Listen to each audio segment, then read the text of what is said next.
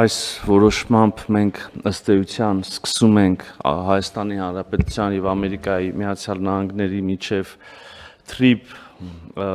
ռազմավարական թրիփ նախագծի շուրջ ռազմավարական համագործակցության մասին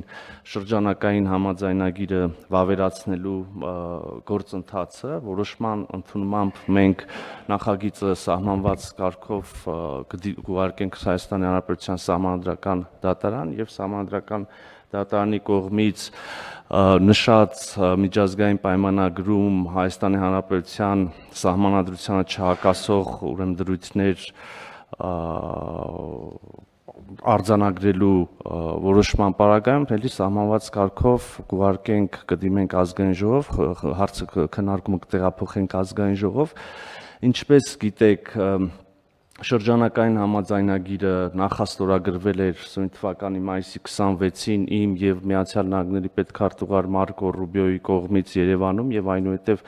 ընդամենը օրեր անց հունիսի 1-ին եւ հունիսի 4-ին համապատասխանաբար էլի պետքարտուղար Ռուբիոյի եւ իմ կողմից ստորագրվել էր Վաշինգտոնում եւ Երևանում Փարատելով հնարավոր հարցեր ասեմ, որ միջազգային պրակտիկայում եւ Հայաստանի Հանրապետության օրենսդրությամբ այսպիսի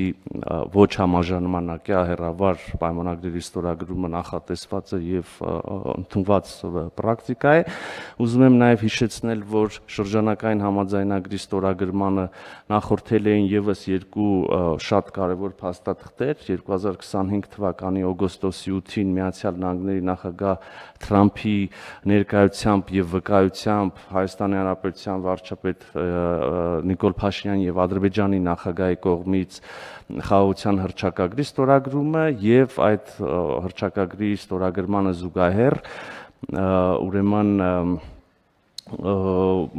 մնացած վերաբերելի փաստաթղթերի ստորագրումը եւ այնուհետեւ արդեն 2026 թվականի հունվարի 13-ին Միացյալ Նահանգների պետքարտուղարի եւ իմ կողմից թրիփ իրականացման շրջանակ վերնագրված փաստաթղթի ստորագրումը հիմա արդեն այս միջպետական շրջանագային համաձայնագիրը ավելի է մանրամասնում համաձայնեցված ուրեմն դետալները, ուղղությունները եւ լիովին համահունչ է նշածս երկու փաստաթղթերին Սա ինչի եմ շեշտում, որովհետև եւ օգոստոսի 8-ի հռչակագրի պարագայում եւ հունվարի 13-ի շրջանակային ուրեմն իրականացման շրջանակ կոչվող փաստաթղթի պարագայում եղան որոշակի շարժումներ այն մասին, որ ի վերջո միջպետական համաձայնագիրը կարող է պարունակել նշած փաստաթղթերին ոչ համահունչ դրույթներ եւ ահա ինչպես տեսնում ենք այս համաձայնագիրը ամբողջովին ոչ միայն համահունչ է հանրահռչակված սկզբունքներին եւ արձանագրված, ամրագրված, ստորագրված սկզբունքներին, այլև բուն շրջանակային համաձայնագրում բազմիցս հղում է արվում